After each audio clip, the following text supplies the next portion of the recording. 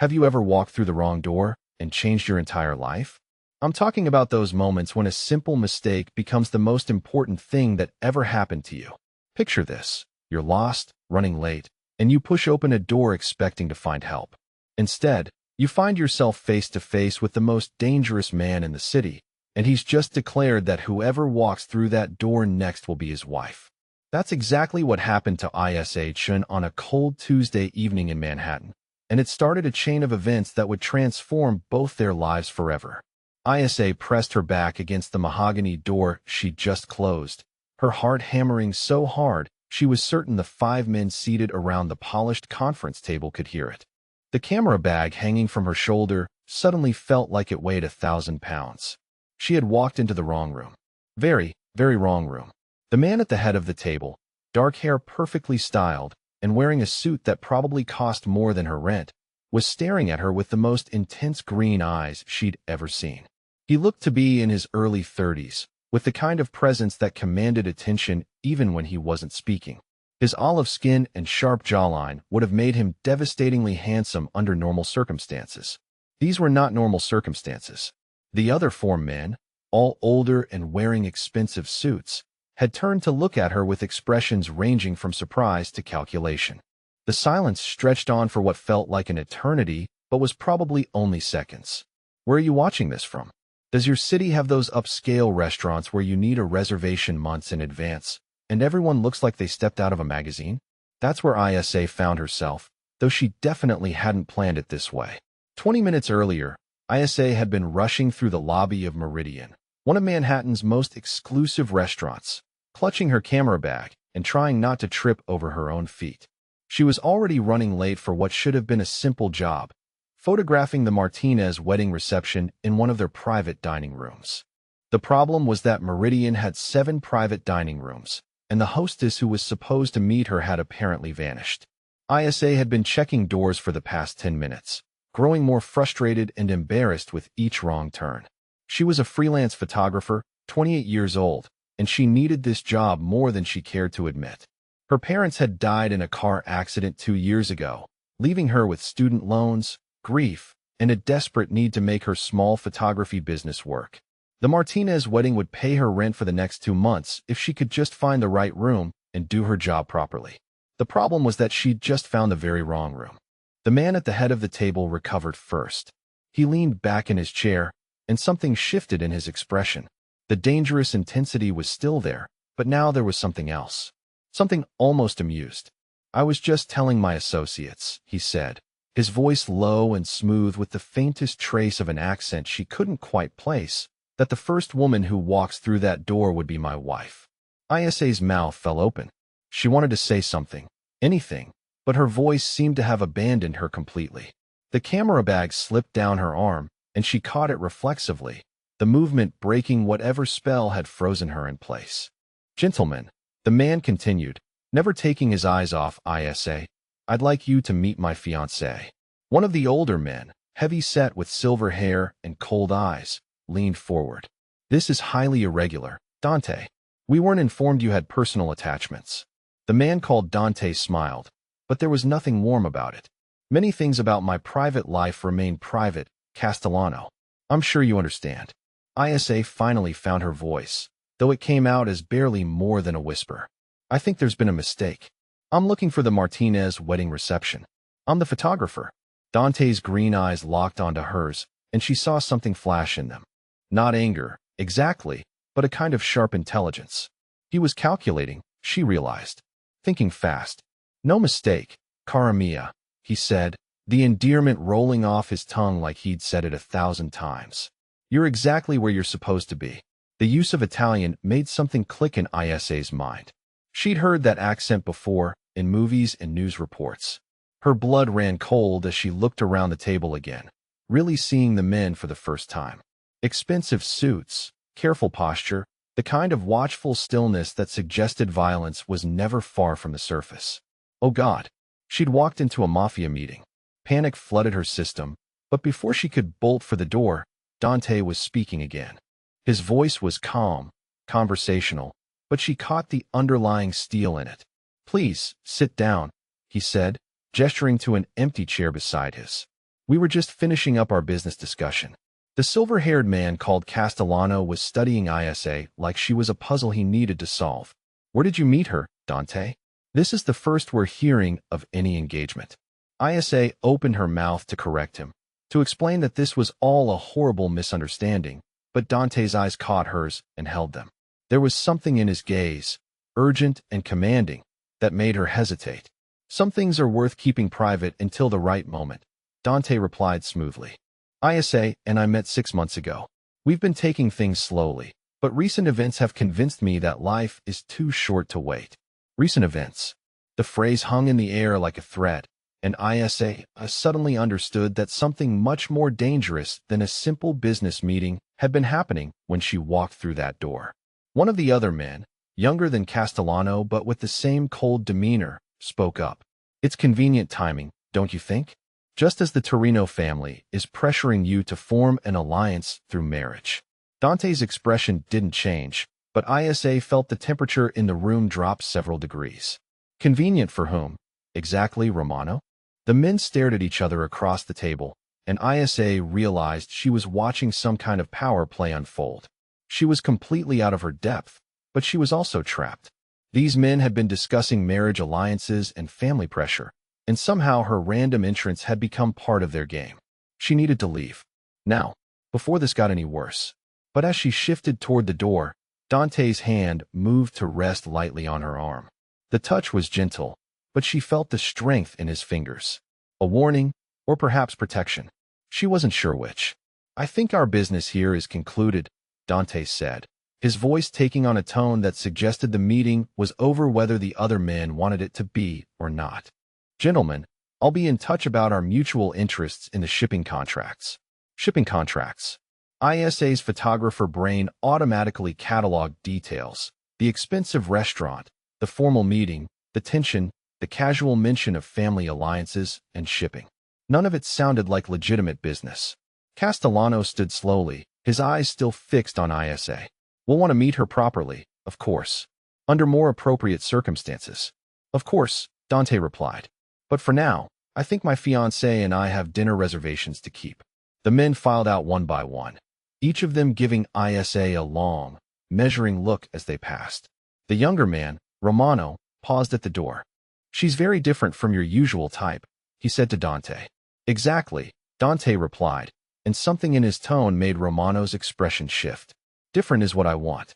When the door finally closed behind the last of them, Isa sagged against her chair. The adrenaline that had been keeping her upright suddenly drained away, leaving her shaky and confused. What just happened? She whispered. Dante was quiet for a long moment, studying her face. Then he reached into his jacket and Isa tensed, but he only pulled out his phone. You saved my life, he said simply. Whether you know it or not. I didn't do anything. I just walked through the wrong door. Sometimes that's enough. He scrolled through something on his phone, then looked back at her. What's your name? Your real name. Isa Chun. I really am a photographer. I really was looking for the Martinez wedding. Isa. He said it like he was testing how it sounded. Italian for Isabella. It suits you. I need to go, she said, though she made no move toward the door. I have a job to do. People are expecting me. Dante set his phone down and leaned forward slightly. The movement brought him closer, and she caught a hint of expensive cologne mixed with something else. Something that reminded her of safety, though that made no sense at all. Isa, he said quietly, those men who just left here, they're not people you want to cross. They think you're my fiancé now. If you walk out of here and disappear, they're going to wonder why. They're going to ask questions. What kind of questions? The kind that end badly for photographers who walk into the wrong rooms. The words hit her like ice water. She stared at him, searching his face for any sign that he was joking or trying to scare her. She found neither. Are you threatening me? No. I'm trying to protect you. There's a difference. Her camera bag sat in her lap like a shield, but she knew it wouldn't protect her from whatever world she'd stumbled into. She thought about her small apartment, her student loans, the Martinez family waiting for their wedding photos. Her normal, safe, predictable life that had somehow become impossibly complicated in the space of 5 minutes. What do you want from me? She asked. Right now? I want you to have dinner with me. Let me explain what just happened and what we need to do next. We, like it or not, Kara, We're in this together now. Those men believe you're important to me. That makes you valuable to some people and dangerous to others. Isa looked toward the door, then back at Dante. His green eyes were serious, patient. He was giving her time to process, she realized. Time to understand that she didn't really have a choice. The Martinez wedding, she said weakly. We'll have to manage without their photographer tonight. She closed her eyes, trying to think clearly. When she opened them again, Dante was still watching her with that same steady gaze. This is insane, she whispered. Yes, he agreed. It is. But you're not going to let me just walk away. Not if you want to live long enough to see tomorrow. The casual way he said it, like he was discussing the weather, made her stomach turn. But underneath the fear, something else was stirring. A strange, inexplicable feeling that despite everything, despite the danger and the lies and the impossible situation, she was somehow exactly where she was supposed to be. Maybe it was fate after all. Dante guided Isa to the main dining room with his hand resting lightly on the small of her back. The touch was possessive enough to sell their story to anyone watching, but gentle enough that she didn't feel trapped. That small consideration surprised her more than it should have. The restaurant's main room was exactly what she'd expected from the glimpses she'd seen in magazines. Crystal chandeliers cast warm light over tables draped in white linen, and the quiet murmur of conversation created an atmosphere of refined elegance. It was the kind of place where people made deals worth millions and never raised their voices. Their table was in a corner, positioned so that Dante could see the entire room while keeping his back to the wall. Military thinking, Isa realized. Or criminal thinking. Maybe there wasn't much difference. As they sat down, Dante leaned across the table and spoke quietly. Listen carefully, Kara. We need to establish some basic facts in case anyone asks questions. Can you remember 6 months ago? What were you doing? Isa's mind raced. 6 months ago she'd been struggling just like she was now, taking whatever photography job she could find and trying to keep her small business afloat. Working a gallery opening in Soho, struggling to pay for new equipment, missing her parents with an ache that never quite went away. I was photographing an art gallery opening in Soho, she said. The Morrison Gallery. Contemporary photography exhibit. Good. That's where we met. You were working, I was there as a potential investor. I saw you working and was impressed by your professionalism. Why would a man like you notice a photographer? Something flickered in his eyes. Maybe because I collect art. Maybe because you were the most beautiful woman in the room and you had no idea. The compliment caught her off guard, and she felt heat rise in her cheeks. He said it so simply, like he was stating a fact rather than trying to charm her. What do I call you? She asked. Besides Dante, I mean. Those men back there, they treated you like you were important. Dante Moretti. And I am important in certain circles. My family has been in import and export for 3 generations. Shipping, logistics, international trade. Import and export. The words sounded legitimate, but something in the way he said them suggested there was more to the story. The waiter appeared at their table, and Isa watched as the young man's demeanor changed completely when he recognized Dante. The deference was immediate and complete, the kind of respect that came from either fear or very generous tips. Possibly both. Mr. Moretti, welcome back. Your usual table, I see. Thank you, Marcus. This is my fiancée, Isa. She'll be joining me regularly from now on. The waiter's smile became even more respectful as he turned to her. Miss Chen, welcome to Meridian. We're honored to have you. After the waiter left with their drink orders, Isa stared across the table at Dante. How did he know my name? I never told him. I told the staff while you were freshening up. They'll remember you now. That's important. She was beginning to understand that everything Dante did was calculated. He was building their story, establishing their relationship in the minds of people who would remember and repeat what they saw. Tell me about your family, he said. Parents, siblings, background. I'll need to know if anyone asks. The familiar ache settled in her chest. My parents died 2 years ago. Car accident on the FDR Drive during a thunderstorm. They were coming home from their anniversary dinner. I'm sorry, Dante said, and the genuine sympathy in his voice surprised her.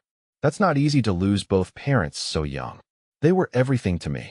My dad was a high school math teacher. My mom worked for the city planning department. They saved for years to send me to art school.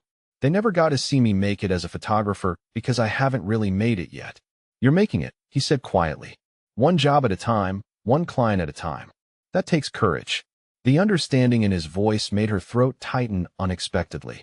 When was the last time someone had really seen her struggle and acknowledged it without trying to fix it or minimize it? What about you? She asked.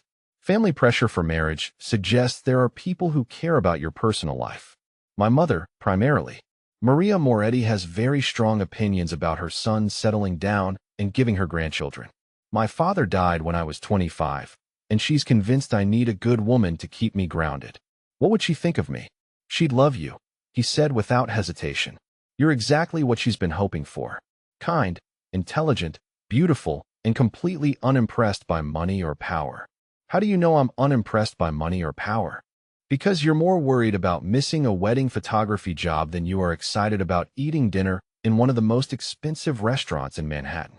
He was right, and that realization made her examine him more closely. Dante Moretti was clearly wealthy, clearly powerful, and clearly dangerous. But he was also paying attention to details about her that most men missed entirely.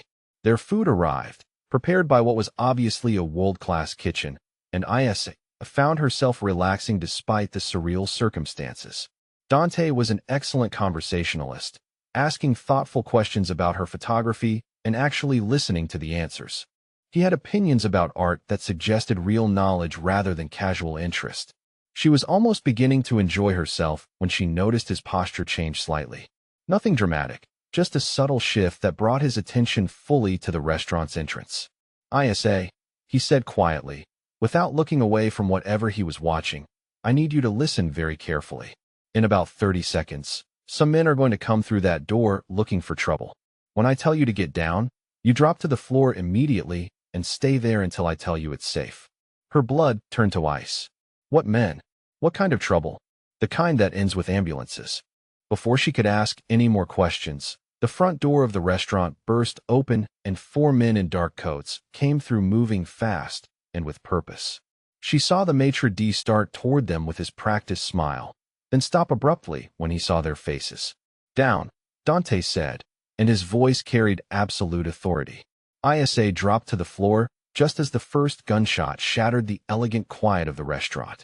The sound was impossibly loud in the enclosed space, and screams erupted from the other tables as people realized what was happening. More shots followed, rapid and precise. Glass shattered somewhere behind her. A woman was crying. Men were shouting orders she couldn't understand over the ringing in her ears. Then Dante was moving, dropping down to cover her with his own body as bullets splintered the wood of their table. She felt his weight pressing her against the carpet, solid and protective, and caught the scent of his cologne mixed with something sharper. Adrenaline, maybe, or fear. Stay down, he said directly into her ear. Don't move, don't look up, don't do anything until I tell you. The shooting continued for what felt like hours, but was probably less than a minute. She heard Dante speaking in rapid Italian to someone, his voice calm and controlled despite the chaos around them. Then there were different voices, deeper and more familiar, responding in the same language. His men, she realized. Whatever was happening, Dante hadn't come to this restaurant alone. Gradually, the gunfire stopped. The screaming continued, but it was moving away from them now. Sirens wailed in the distance, growing closer. Dante lifted himself slightly, checking the room before allowing her to move. When he shifted, she saw blood on his shirt. You're hurt, she said, her voice barely audible. It's nothing. A graze. But she could see it wasn't nothing. The bullet had torn through the expensive fabric of his jacket and shirt, leaving a gash along his upper arm that was bleeding steadily. 2 men appeared at their table, both wearing dark suits and moving with the same controlled urgency she'd seen in Dante. One was older, maybe 50, with graying hair and scars on his knuckles. The other was younger, early 30s, with cold eyes and a slight limp. Boss, we need to move, the older man said. Police are 2 minutes out, maybe less. Any casualties? Dante asked, pulling himself to his feet and helping Isa up. 3 of theirs, none of ours. Clean exit through the kitchen. Dante nodded and turned to Isa. We're leaving. Stay close to me, do exactly what I say, and don't look at anything you don't need to see. She wanted to ask questions, wanted to understand what had just happened and why, but the blood on his shirt and the professional way his men moved told her this wasn't the time. She grabbed her camera bag and followed Dante toward the back of the restaurant, stepping carefully around overturned tables and broken glass. The kitchen was a maze of stainless steel, and terrified staff members pressed against the walls. Dante's men moved them through quickly but not roughly, and she heard him speaking quietly to the head chef in Italian. Reassurance, maybe, or instructions. The alley behind the restaurant was dark and narrow, with a black sedan waiting with its engine running. Dante helped her into the back seat, then slid in beside her as his men took the front. As they pulled away from the restaurant, she saw the first police cars arriving, their red and blue lights painting the brick walls of the alley in violent colors. "What just happened back there?" she asked. "Proof that the danger is real," Dante said. He was pressing a cloth against his wounded arm, and she could see he was in more pain than he was showing. "Those men were sent by someone who doesn't want me to have a fiancé. Why? Because an unmarried man is easier to manipulate, easier to threaten. Having someone to protect changes the game completely." She stared at him, understanding dawning slowly. "They weren't trying to kill you. They were trying to kill me. Both of us, probably. But yes, killing my fiancé would send a very clear message." The reality of what she'd gotten into hit her like a physical blow. These weren't business disputes or family politics. People were actually trying to murder her because they thought she mattered to Dante. "Here," she said, reaching for the cloth he was holding against his arm. "Let me help with that." "Isa, you don't have to. You took a bullet protecting me. It's the least I can do." Her hands were steadier than she'd expected as she examined the wound. The bullet had gouged a deep furrow along his upper arm, but it didn't look like it had hit anything vital. Still, it needed proper medical attention. "This needs stitches," she said. "I'll take care of it when we get where we're going." "Where are we going?" "Somewhere safe. Somewhere we can talk about what happens next." She looked out the window at the Manhattan skyline sliding past. All those lights representing normal lives lived by normal people who didn't have to worry about being shot during dinner. Her old life was one of those lights somewhere out there, getting smaller and farther away with each passing block. "Dante," she said quietly, "am I ever going back to my apartment?" "Not tonight," he said, "and probably not for a while." The sedan turned onto a quieter street lined with expensive townhouses, and she realized they were heading toward the Upper East Side. Old money territory. The kind of neighborhood where her parents had brought her as a child to look at Christmas decorations and dream about what it would be like to live in such beautiful houses. Now she was about to find out, under circumstances she never could have imagined. The car pulled up in front of an elegant brownstone with ivy climbing its front facade. Dante's men got out first, scanning the street before opening her door. "Welcome to my home," Dante said as he helped her out of the car. "At least for now." Dante's brownstone was nothing like Isa had expected. From the street, it looked elegant but unremarkable, the kind of expensive property that wealthy New Yorkers bought for privacy and prestige. Inside, however, it was clear that this was no ordinary home. The security system he disarmed at the front door was more sophisticated than anything she'd seen outside of movies. Cameras, motion sensors, and what looked like bulletproof glass in the windows facing the street. The marble foyer was beautiful, but she noticed the way the walls were reinforced and how every entrance had a clear sight line to defensive positions. This isn't just a house, she realized. It's a fortress. Dante led her through rooms that belonged in an architectural magazine. Persian rugs over gleaming hardwood floors, original artwork that she suspected was worth more than most people's houses, and furniture that managed to be both luxurious and comfortable. Everything spoke of old money and impeccable taste. The guest room he showed her to was larger than her entire apartment, with a four-poster bed, antique armoire, and windows overlooking a private garden that was invisible from the street. Someone had already brought up her camera bag and set it carefully on the dresser. "How did they get my equipment?" she asked. "I sent someone to retrieve it from the restaurant," Dante said, "along with your purse and coat. Everything you had with you tonight is here. But what about my apartment? My life? My other cameras and equipment? Tomorrow we'll discuss what you need. Tonight, you should rest." He moved toward the door, then stopped. "Isa, I want you to understand something. You're not a prisoner here. You're a guest who happens to be in a complicated situation. If you need anything at all, just ask." After he left, she sat on the edge of the enormous bed, and tried to process what had happened to her life in the span of a few hours. This morning she'd been Isa Chun, struggling photographer with student loan debt and a tiny studio apartment in Queens. Now she was supposedly engaged to a man who lived in a mansion and had people shooting at him in restaurants.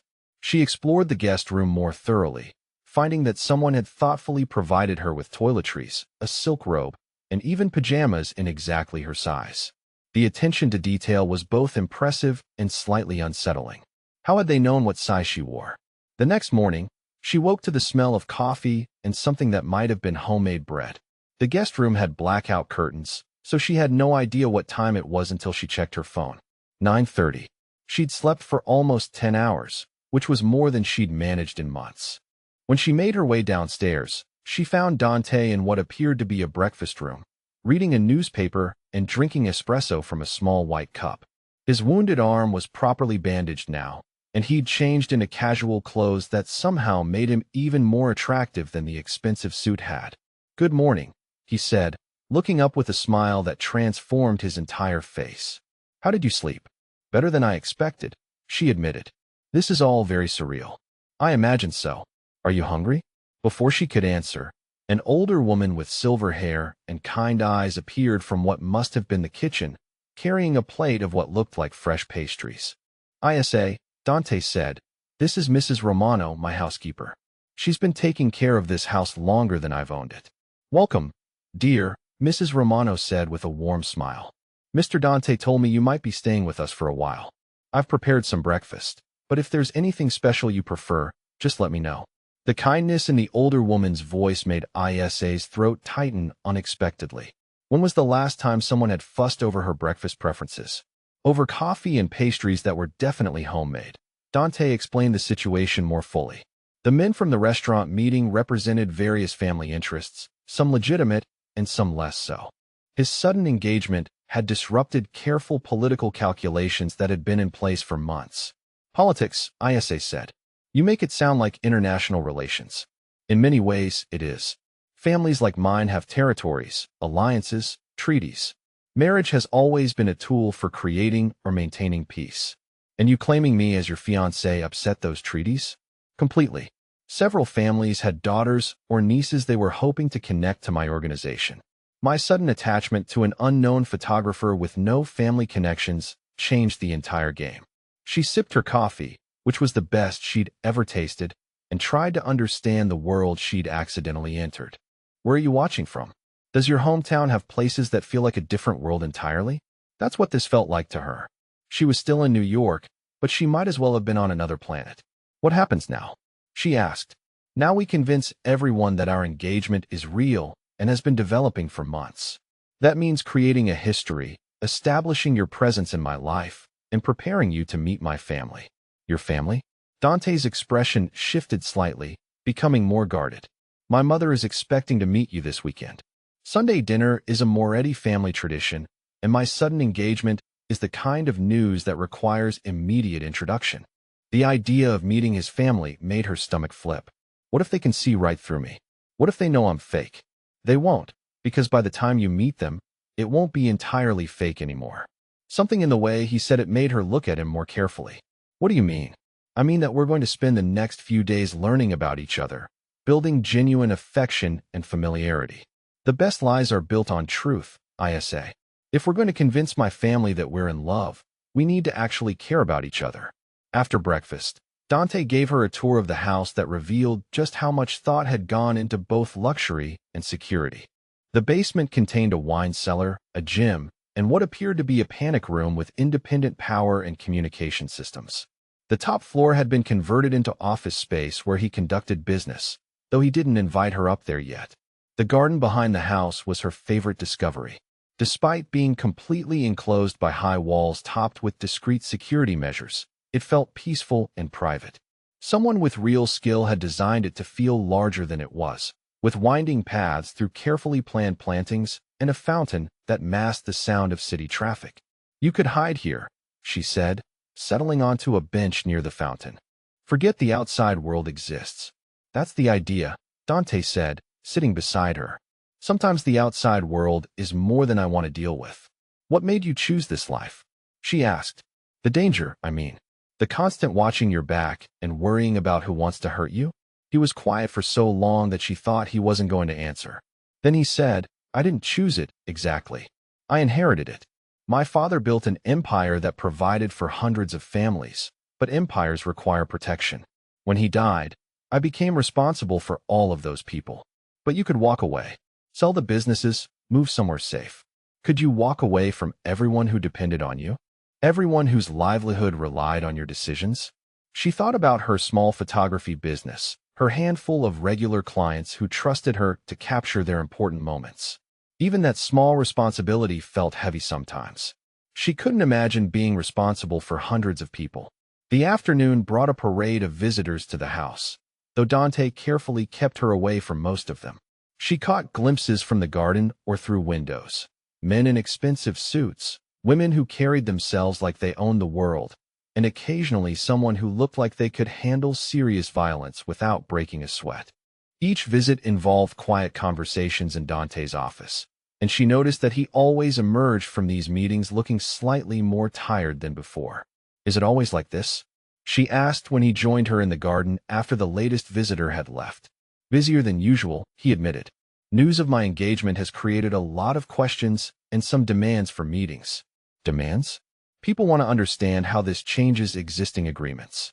They want to meet you, evaluate whether you're an asset or a liability to their interests. The casual way he said it, like she was a business acquisition rather than a person, should have bothered her more than it did.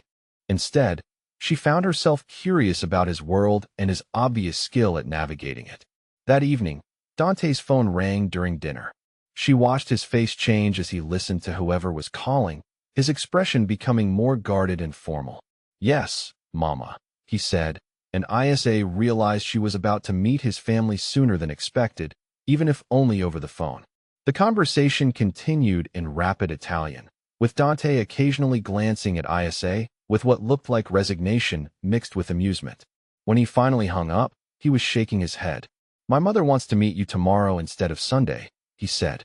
Apparently the news of my engagement has reached her through other family members, and she's not pleased about being the last to know. Tomorrow? But we've barely had time to build a convincing relationship? Yes, I explained that to her. She suggested that if we're truly in love, we shouldn't need time to prepare. Isa felt panic rising in her throat. What if she sees through us immediately? What if I say the wrong thing? Dante reached across the table and covered her hand with his. The touch was warm and surprisingly reassuring. She's going to love you, he said quietly. My mother has been waiting 33 years for me to bring home a woman who isn't more interested in my money than in me. You're exactly what she's been praying for. How can you be so sure? Because you cried when you told me about your parents. Because you helped bandage a wound for a man you barely knew. Because you're more worried about disappointing my mother than you are about the people who were shooting at us last night. His thumb was tracing small circles on the back of her hand, and she realized that somewhere between the fear and the strangeness, she'd begun to trust him completely. What if this is all more complicated than either of us expected? She asked. Then we'll figure it out as we go, he said. Together. The word hung between them like a promise. And for the first time since walking through that wrong door, Isa began to believe that maybe, just maybe, she hadn't made the worst mistake of her life. Meeting Dante's mother was nothing like Isa had expected. Maria Moretti was petite and elegant, probably in her early 60s, with silver hair styled perfectly and eyes the same striking green as her son's. But where Dante's gaze could be calculating and dangerous, his mother's was warm and immediately welcoming. She embraced Isa like they'd known each other for years, speaking in rapid Italian mixed with accented English, and within minutes had insisted she call her Mama Maria like the rest of the family. The Moretti family dinner took place in Dante's formal dining room, though the atmosphere was anything but formal. His younger sister Lucia, a successful architect in her early 30s, peppered Isa with questions about photography, while his brother Antonio, who managed the family's legitimate shipping interests, shared stories about Dante's childhood that made him flush with embarrassment. You should have seen him at 15, Antonio said, grinning at his older brother. He was so serious about everything. Used to practice his negotiations in the mirror until Papa told him he looked ridiculous. He was preparing for responsibility, Maria said, reaching over to pat Dante's hand. Even as a boy, he understood that people would depend on him someday. Isa watched the interaction with growing amazement. This wasn't what she'd imagined a Mafia family would look like.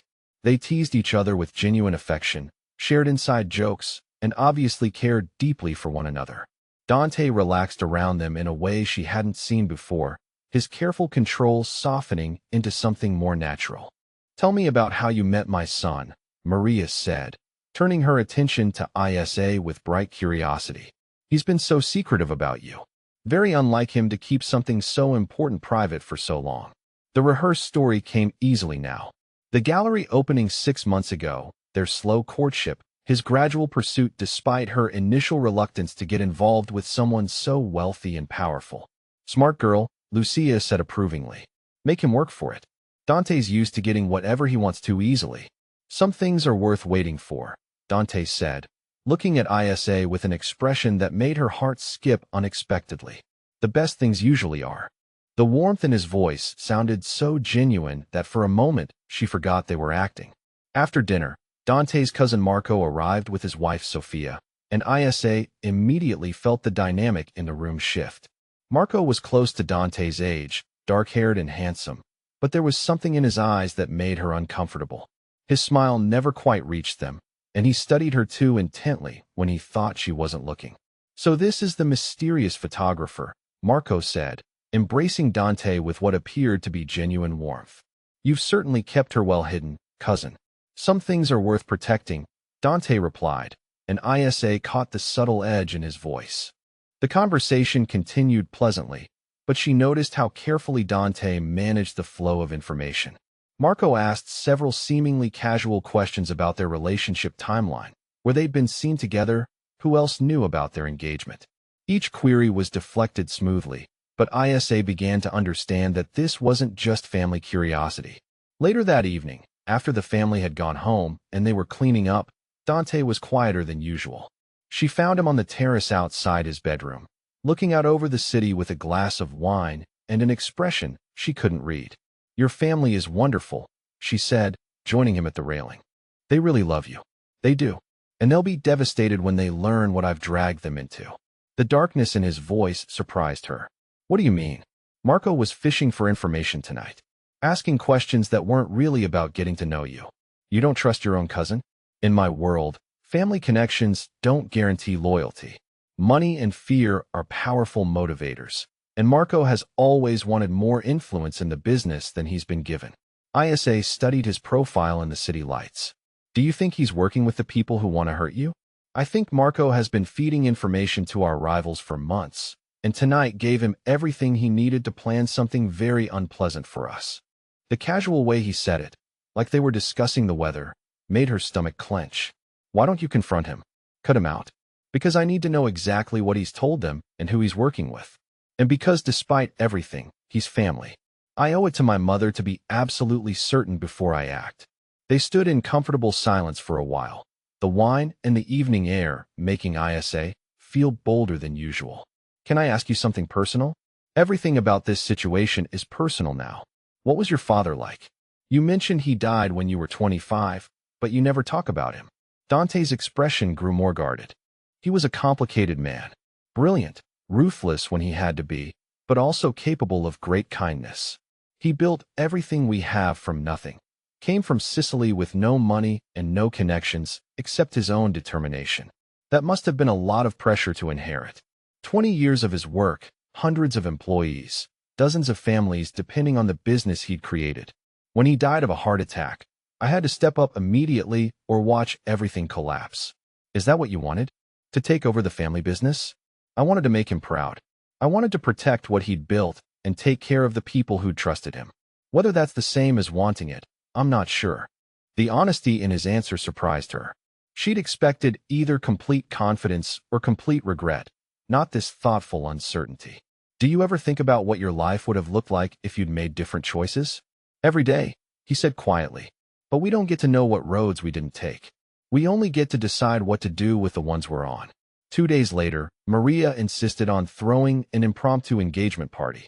Nothing elaborate, she promised, just close family and a few dear friends to celebrate properly.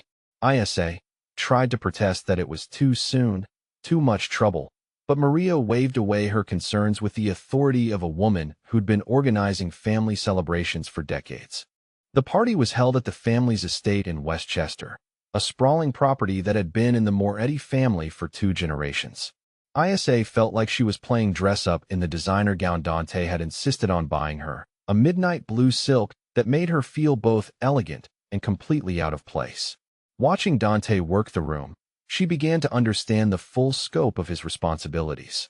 He moved between conversations with practiced ease, managing family politics and business relationships while making sure everyone felt heard and valued. Several times she caught him looking across the room at her, and the warmth in his expression made her chest tighten with something that felt dangerously close to genuine affection. "You're falling for him," she realized with a shock that made her nearly spill her champagne. The revelation was terrifying and exhilarating at the same time. How had she gone from fearing for her life to caring about a man she'd known for less than a week? She was still processing this discovery when the lights went out. The house plunged into complete darkness, and she heard Dante's voice cutting through the confused murmur of guests, speaking in rapid Italian with unmistakable authority. Emergency lighting flickered on a moment later, casting everything in an eerie red glow. "Ladies and gentlemen," Dante said, his voice calm but commanding, "we're experiencing a technical difficulty. Please remain where you are while my security team resolves the issue." But Isa could see the tension in his shoulders, the way his eyes swept the room looking for threats. This wasn't a technical difficulty. Marco appeared at her side, his hand settling on her arm with what looked like casual concern. "Don't worry, cousin," he said quietly. "These old houses have temperamental electrical systems." Something about his tone made her skin crawl. She tried to step away, but his grip tightened just enough to keep her in place. "Actually," he continued, still speaking quietly, "I think you and I should step outside for some fresh air, away from all this confusion." She looked across the room for Dante, but he was surrounded by family members and guests, managing the crisis while trying not to alarm anyone. Marco's suggestion wasn't really a suggestion, she realized. It was an instruction. "I'd rather stay inside," she said, trying to keep her voice steady.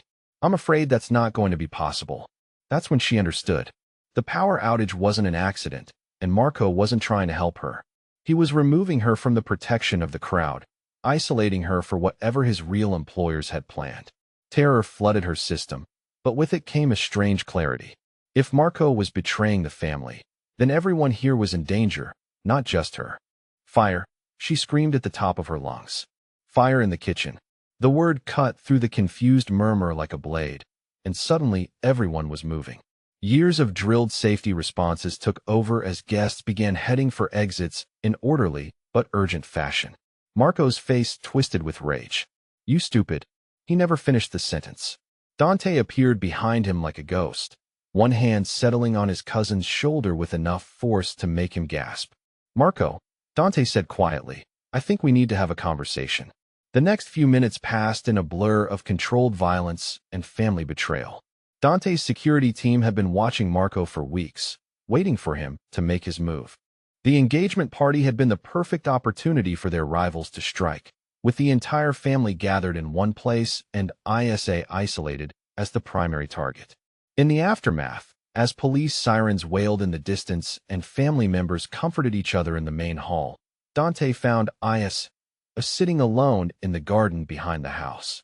She was still wearing the midnight blue gown, but now it was torn at the shoulder where Marco had grabbed her, and her hands were shaking despite the warm evening air. "Hey," he said softly, settling beside her on the stone bench. "You did good in there. That fire warning probably saved lives." "I was so scared," she whispered.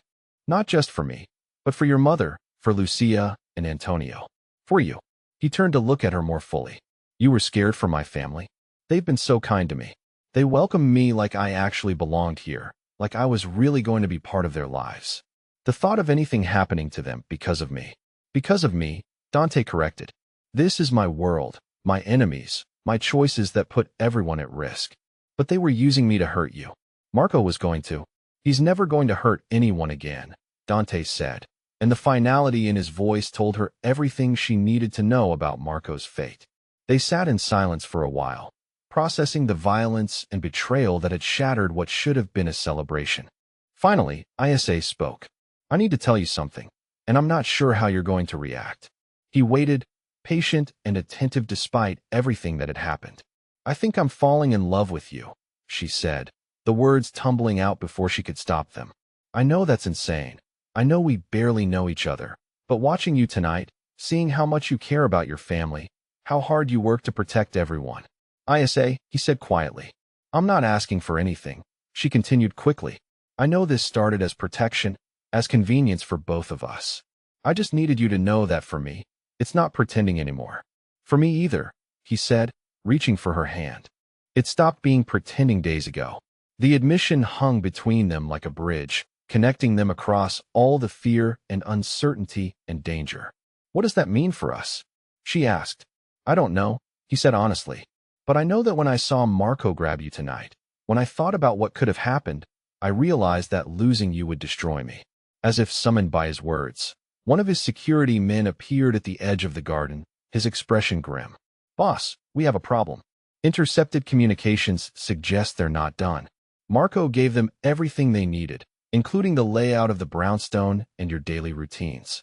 What kind of timeline are we looking at? Dante asked, immediately shifting back into operational mode. Hours, maybe less. They're coming for her specifically now. Taking out your fiancé sends a message that no one is untouchable. Dante stood, pulling Isa to her feet beside him. Then we make sure they don't succeed. As they walked back toward the house and whatever protections he could arrange, Isa realized that loving Dante meant accepting the constant possibility of violence, the knowledge that their enemies would always see her as a weakness to exploit. But looking at his determined profile in the garden lights, she also realized she'd rather face that danger with him than live safely without him. The War Council meeting in Dante's office at dawn was unlike anything Isa had ever witnessed. Maps of the city spread across the conference table, marked with red pins showing enemy positions and safe houses. Phone records showing Marco's communications with rival families. Security footage that revealed just how long the betrayal had been in planning. She sat in a leather chair against the wall, officially there as Dante's fiancé who needed to understand the threats against her, but really there because he refused to let her out of his sight. The Torino family wants a meeting, said Vincent Gallo, Dante's chief of security.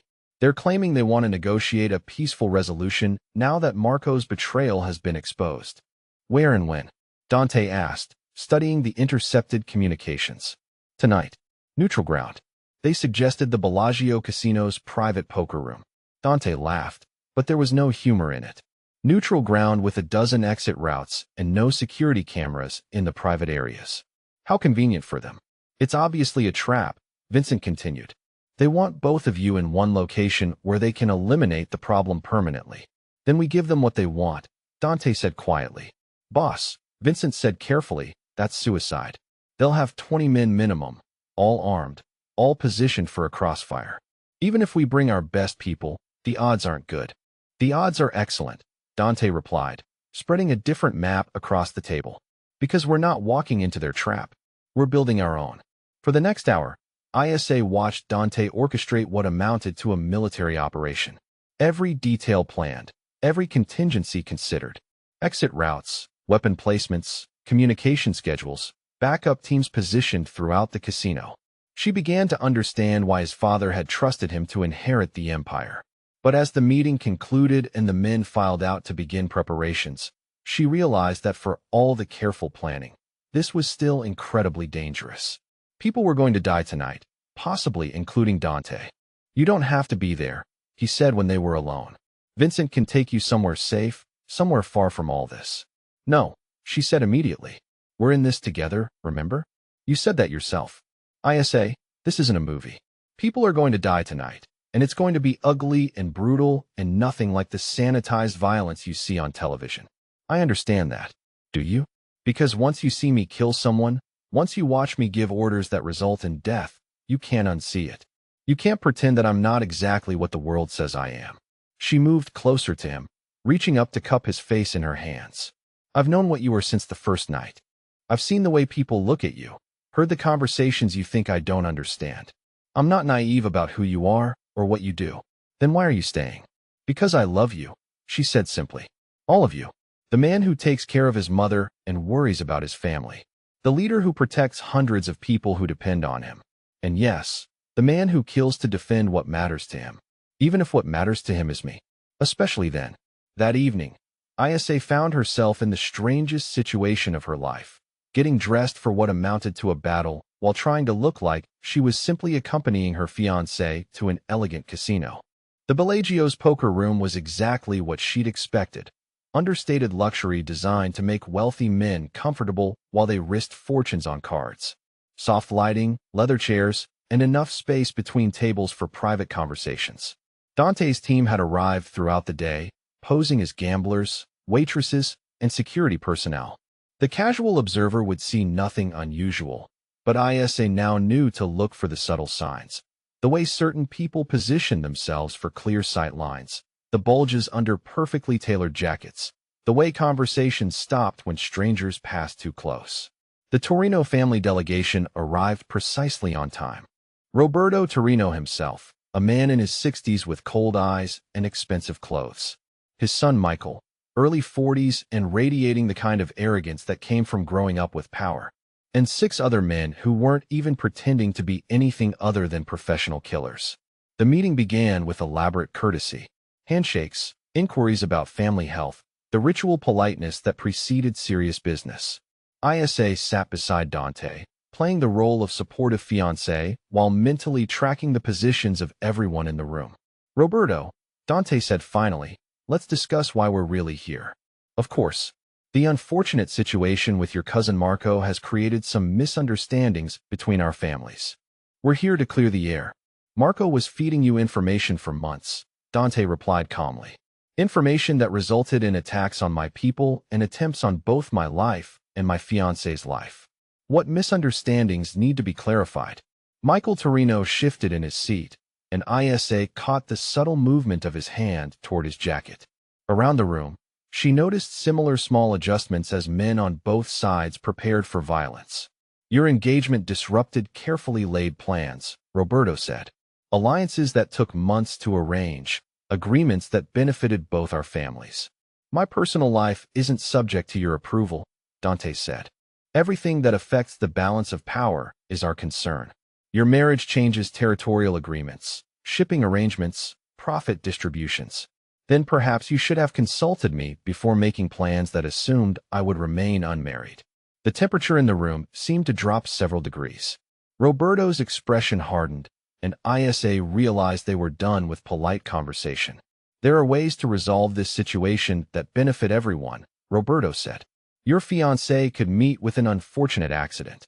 A terrible tragedy that brings our families together in shared grief rather than drives us apart in conflict. The casual way he discussed her murder made Isa's blood freeze. But Dante's response was even colder. Touch her, and I'll burn everything you've built to the ground. That would be unfortunate, Michael said, speaking for the first time. Because from where we're sitting, it looks like you're outnumbered 3-1. From where you're sitting, you can't see the snipers on the buildings across the street, Dante replied conversationally. Or the men positioned in the elevator banks. Or the fact that your exit routes were cut off before you walked into this room. Roberto's face went pale. You wouldn't dare start a war in a public place. I wouldn't start a war at all, Dante said. I'd simply finish the one you started when you decided to target my family. The violence erupted with shocking suddenness. Michael's hand moved toward his gun, but Dante was faster. The sound of gunfire filled the poker room as both sides opened up, the carefully planned ambush becoming a desperate firefight. Isa dropped behind the overturned poker table that Dante had positioned her next to, her ears ringing from the noise.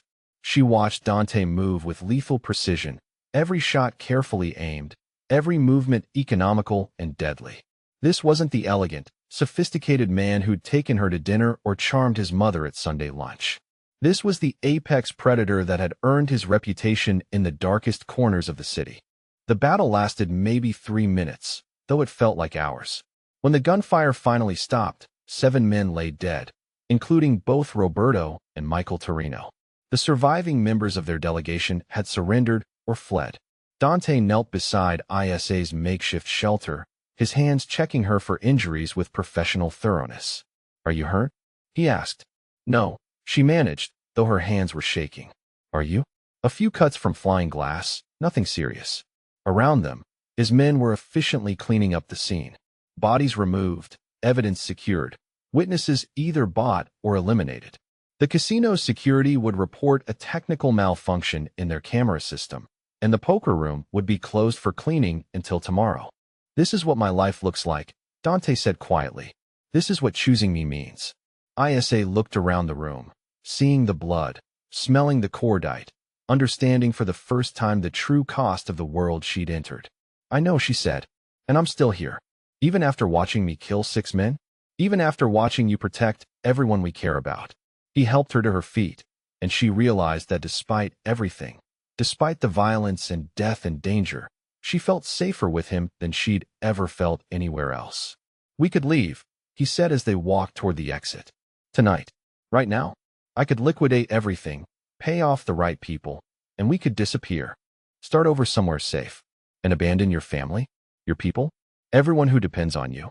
They'd survive. Vincent could handle the transition, find someone else to take over. But would you survive? Would you be happy knowing you walked away from everything your father built?" He stopped walking and turned to face her fully. "You're willing to stay in this world, knowing what it means?" "I'm willing to stay with you," she corrected. "Whatever world that happens to be." The sun was beginning to rise over Manhattan as they finally made it back to the brownstone.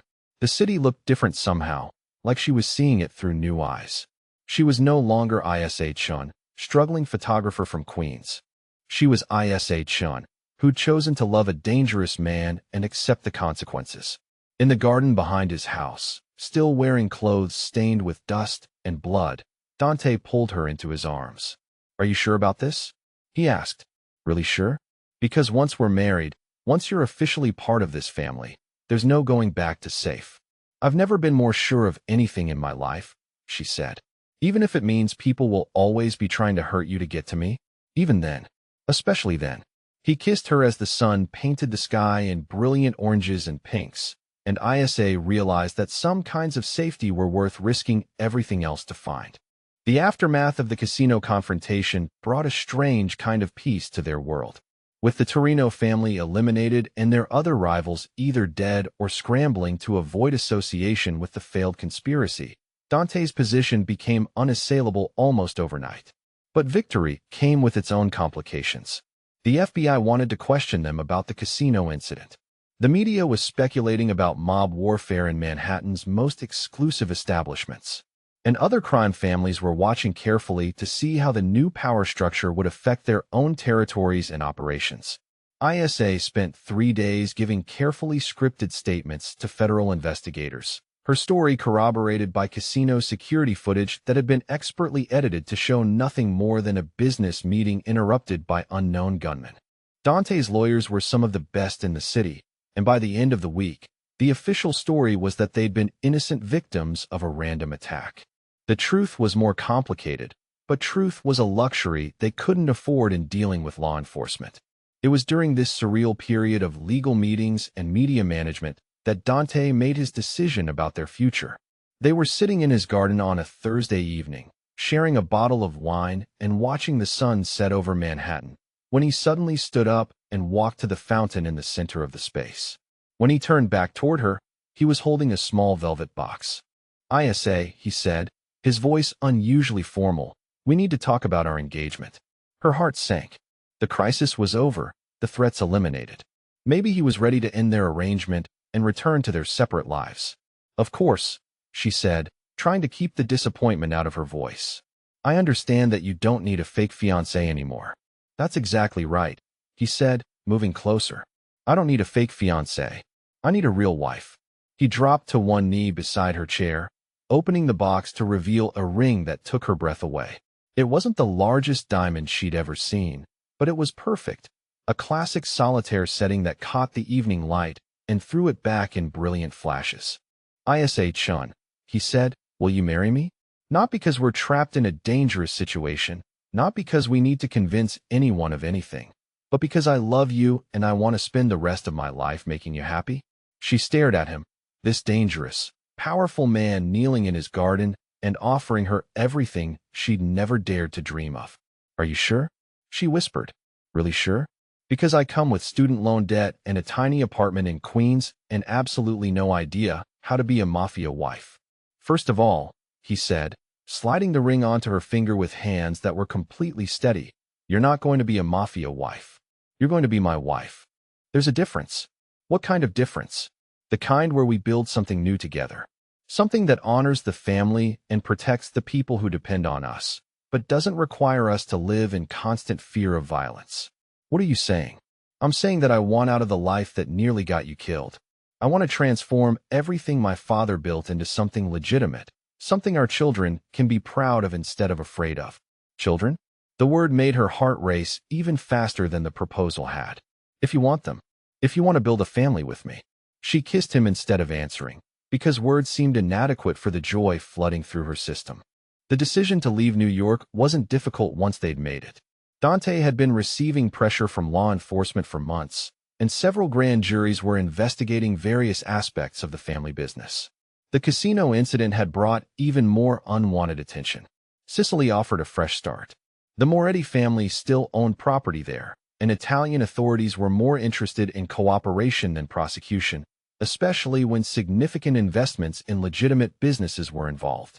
The logistics of relocating an entire criminal empire were more complicated than ISA had imagined. Months of negotiations with federal prosecutors, careful transfer of assets to shell companies, and delicate conversations with employees who would either transition to legitimate work or find new opportunities with other organizations. Maria Moretti took the news of their departure better than expected, perhaps because she'd been praying for her son to find a way out of the dangerous life for years. "Sicily will be good for both of you," she said during one of their final family dinners in New York. "You can raise children there without worrying about who wants to hurt them to get to their father." Vincent Gallo agreed to oversee the transition of remaining operations, with a carefully planned timeline that would transform the Moretti organization into a legitimate shipping and logistics company within 2 years. The most difficult part was saying goodbye to the life that had brought them together. ISA's last photography job in New York was documenting the wedding of one of her regular clients, a couple she'd been working with for months.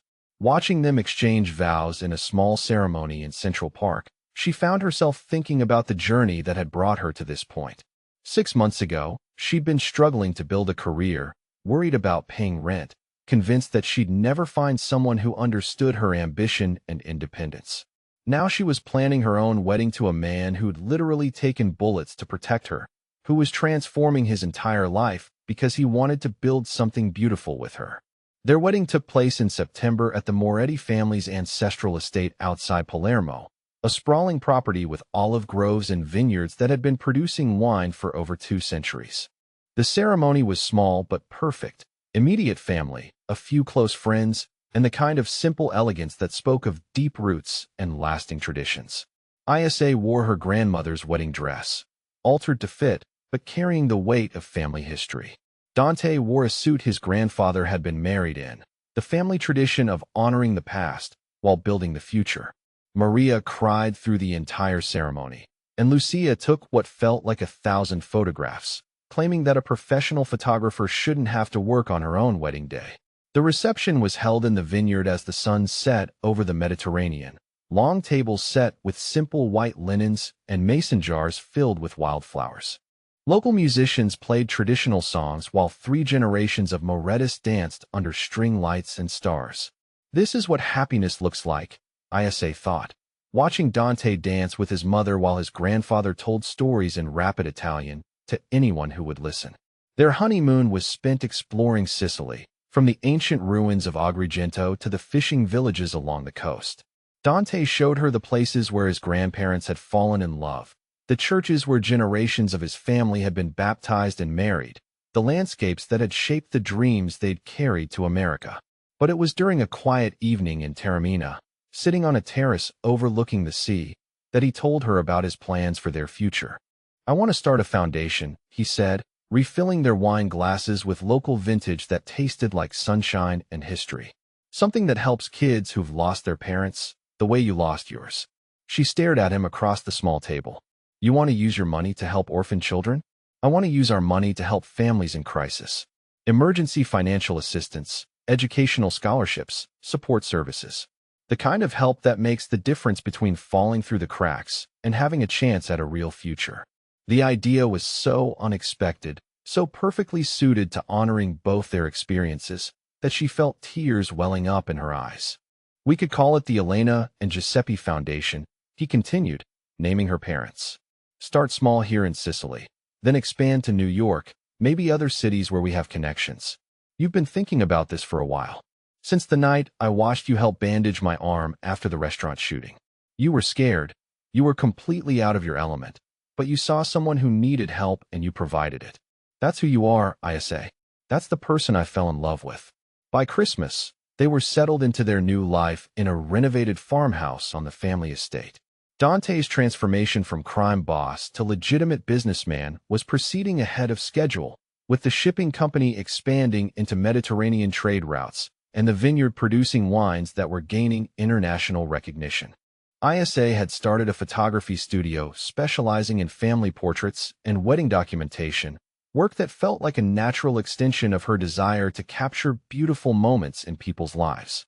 The foundation was launching in the spring, with enough funding to help dozens of families in its first year and plans for expansion throughout southern Italy.